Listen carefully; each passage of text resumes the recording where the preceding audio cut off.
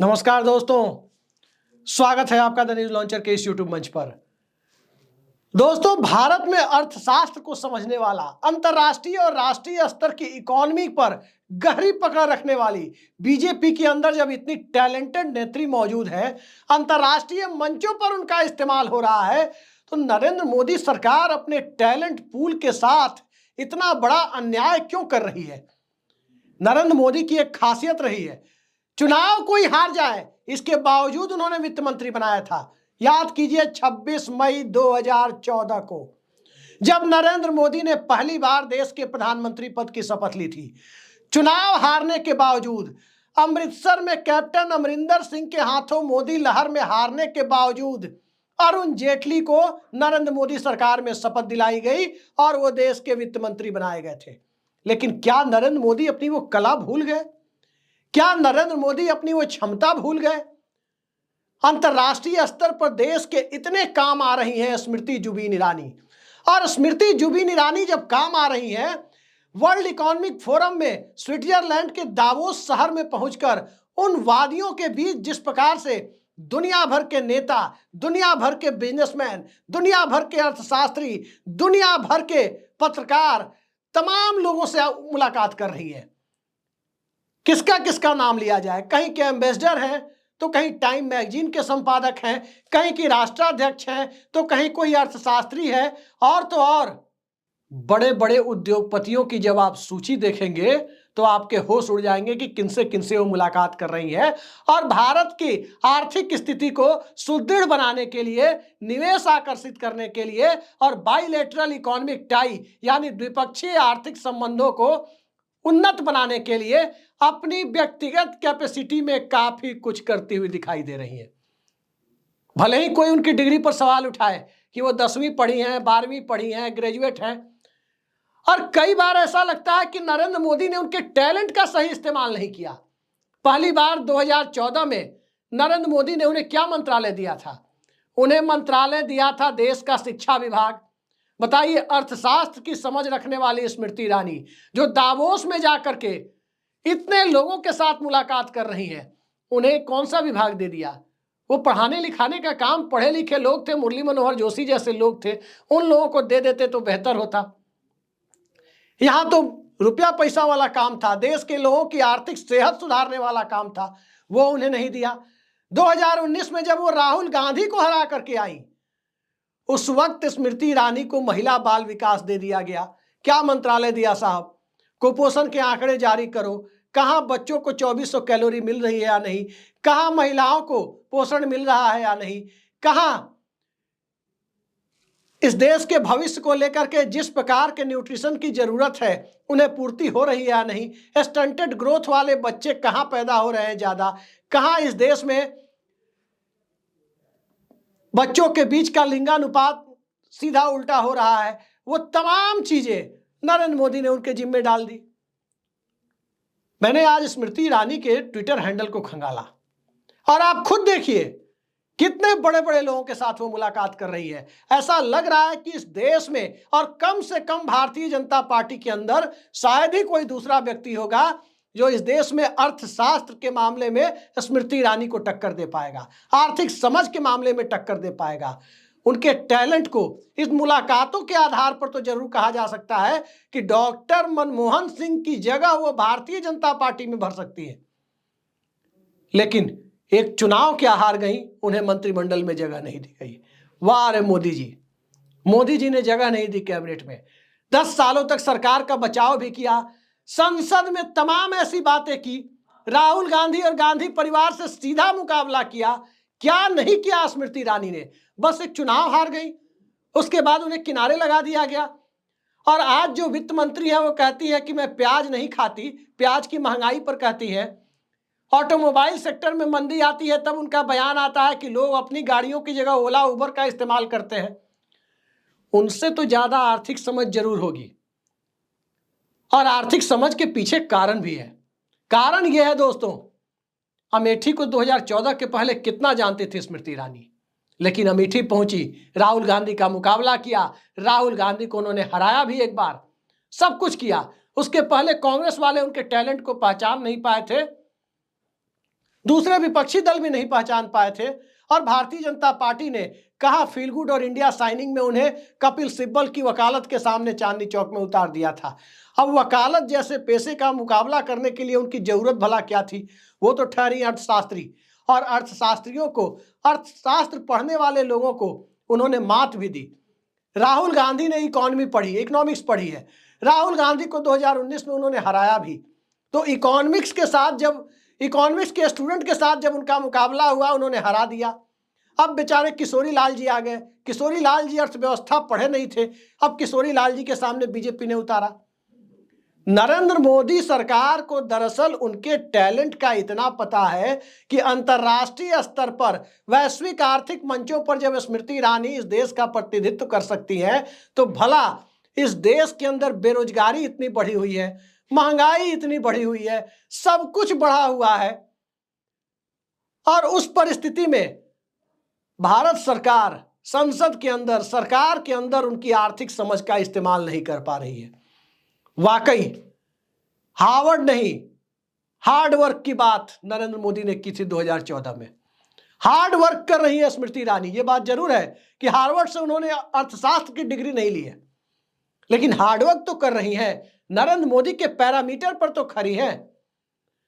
उस पैरामीटर पर खरी होने के बावजूद सिर्फ दावोस तक उनका इस्तेमाल होगा। उनके टैलेंट का, उनकी प्रतिभा का इस्तेमाल सिर्फ दावोस में, एक ऐसे शहर में किया जाएगा जिसकी जनसंख्या ही 11,000 है।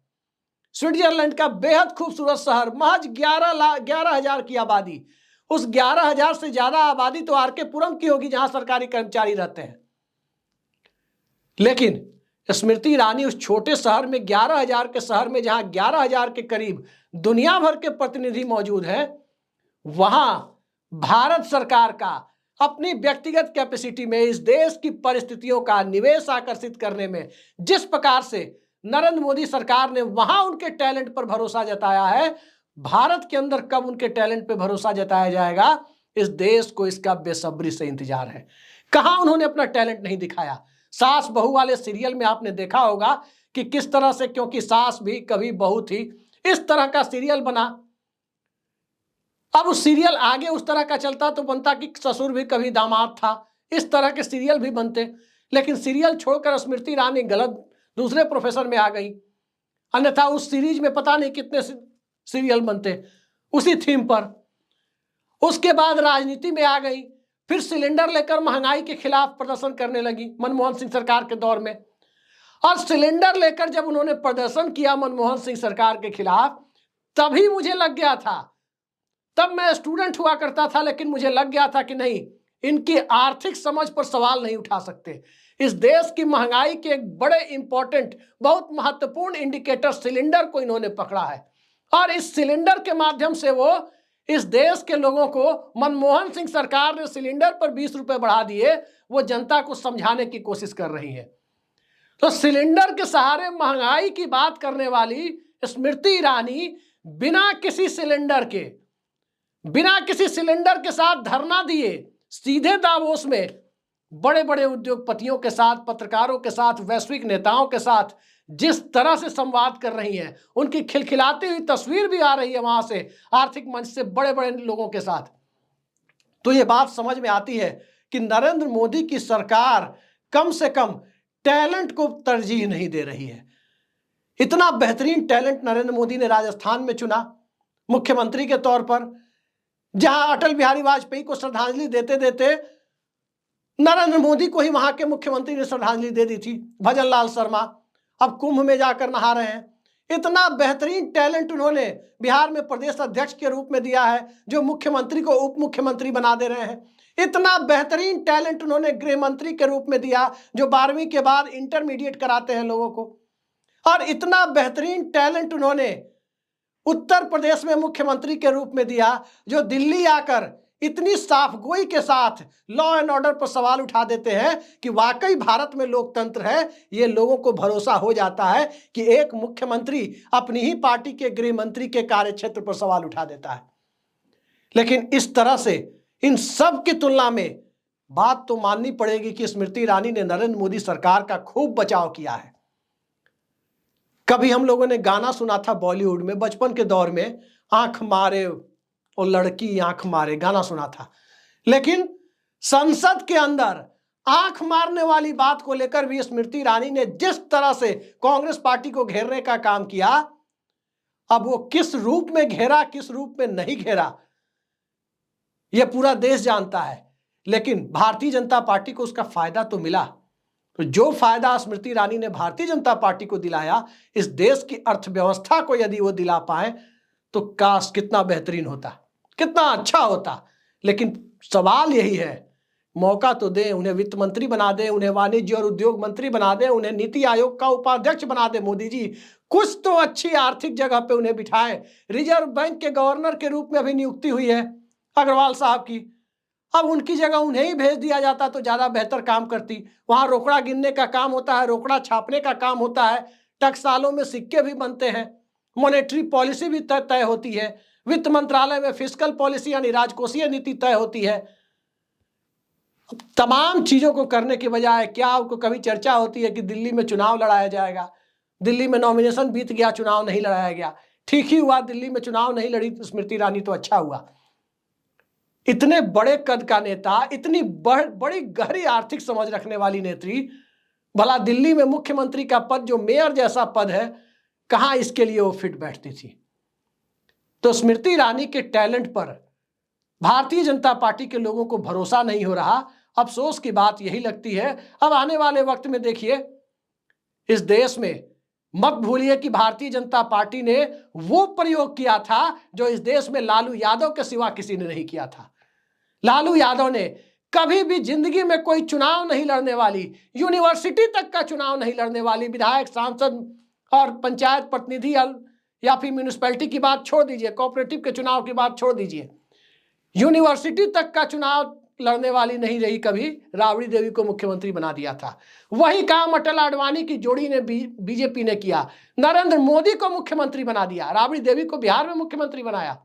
और नरेंद्र मोदी जिन्होंने जिंदगी में कभी चुनाव नाम सुना भी ना हो शायद, कि चुनाव कैसे होता है, कैसे नॉमिनेशन भरा जाता है, कैसे चुनाव में हाथ जोड़ जोड़ कर वोट मांगे जाते हैं, प्रणाम सलाम आदाब सत श्री अकाल किया जाता है चुनाव में, तब जाकर के वोट मिलते हैं जमानत बचाने के लायक, वो सब काम कभी नहीं किया था, सीधे मुख्यमंत्री बना दिया। ठीक इसी तरह से स्मृति ईरानी जब मंत्री बनाई गई थी पहली बार, ठीक है हार गई थी, कई चुनाव लड़ने का अनुभव तो था, इस अनुभव का सम्मान तो होना चाहिए था। अब देखिए कब मोदी जी उनके इस अनुभव से देश को अवगत करा पाते हैं। बहुत जरूरत है इस देश को अर्थशास्त्री स्मृति ईरानी के टैलेंट से परिचित होने का, क्योंकि फोटो में तो हम देख रहे हैं कि वर्ल्ड इकोनॉमिक फोरम यानी विश्व आर्थिक मंच के मंच का इस्तेमाल बखूबी वो कर रही हैं। अब कितना देश के हित में कर रही हैं। कई सारे लोग कहेंगे कि वो स्विट्जरलैंड बड़ी खूबसूरत जगह है, इसी बहाने लोग घूमने जाते हैं। कई बार शाहरुख खान को भी देखा गया वर्ल्ड इकोनॉमिक मंच की बैठक में पूर्व के सालों में, कहीं वो काम तो नहीं है। चिराग पासवान भी गए हुए हैं, तो खैर वो मंत्री हैं, फूड प्रोसेसिंग का काम करने के लिए गए हुए हैं। अब देखिए बिना किसी जिम्मेदारी के कोई व्यक्ति देश की इतनी सेवा कर सकती है, कोई महिला इतनी सेवा कर सकती है चुनाव हारने के बावजूद, तो उनके जज्बे को देश सैल्यूट करे ना करे, भारतीय जनता पार्टी की सरकार को सैल्यूट जरूर करना चाहिए और बड़ी जिम्मेदारियां देनी चाहिए। आज के लिए इतना ही, नमस्कार।